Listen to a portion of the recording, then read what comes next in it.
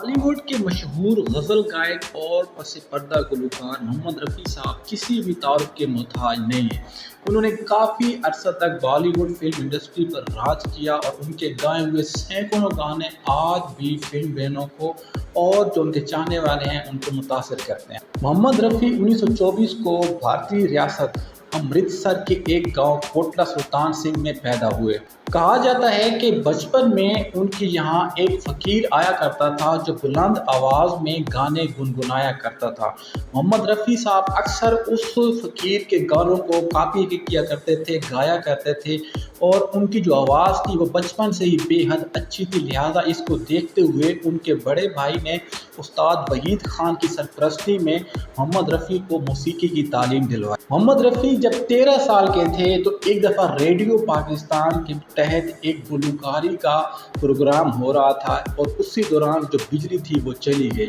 اور وہاں جو مشہور گلوکار تھے انہوں نے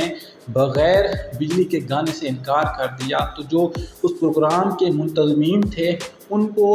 محمد رفیع کے بڑے بھائی نے یہ درخواست کی کہ ان کے چھوٹے بھائی کی آواز بہت اچھی ہے، لہٰذا انہیں جو ہے وہ گلوکاری کا موقع دیا جائے۔ منتظمین نے مجمع کے غصے کو دیکھتے ہوئے محمد رفیع کے چھوٹے بھائی کو گانے کی اجازت دے دی اور یہ وہ پہلا گانا تھا جو محمد رفیع نے کسی مجمع میں گایا تھا اور پہلے گانے کو سن کر جو سامعین تھے وہ دم بخود رہ گئے۔ اسی دوران اس مجمع میں ایک فلم ساز بھی بیٹھے ہوئے تھے جنہوں نے جب محمد رفیع کی درد بھری آواز سنی تو فوری طور پر جو ہے انہیں ممبئی بلوا لیا اور وہاں جو ہے ان سے پہلا فلمی گانا انہوں نے ریکارڈ کروایا۔ اس کے بعد پھر محمد رفیع نے پیچھے مڑ کر نہیں دیکھا اور کئی ہزار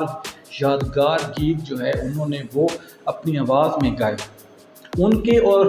پاکستانی میڈم نور جہاں کا گایا ہوا ایک گیت جو بے حد مشہور ہوا تھا، یہاں وفا کا بدلہ بے وفائی کے ساتھ کیا ہے، اس گانے نے شہرت کی بلندیوں کو چھوا تھا۔ محمد رفیع کا گایا ہوا ہر گانا، ہر گیت امر ہوا، یہاں پر چند گیتوں کا حوالہ دینا ان کے ساتھ یہ زیادتی ہوگی۔ محمد رفیع نے جتنا بھی عرصہ زندگی پائی اس تمام عرصے میں ان کے گائے ہوئے گانے شہرت کی بلندیوں کو چھوتے تھے اور وہ آج بھی جو ان کے گائے ہوئے گانے ہیں وہ یوٹیوب پر ملینز کی تعداد میں دیکھے اور سنے جاتے ہیں۔ امیتابھ بچن، دھرمیندر، جتیندر سمیت بالی ووڈ کے کئی مشہور اداکاروں پر محمد رفیع کے گائے ہوئے گانے فلمائے گئے۔ محمد رفیع کو بالی ووڈ سمیت ملک بھر کے تمام جو بڑے اعزازات تھے ان سے بارہا نوازا گیا۔ گیتوں کا بھگوان کہا جانے والا محمد رفیع، افسوس کی بات ہے کہ اس کی جو زندگی تھی وہ بہت کم تھی اور تقریباً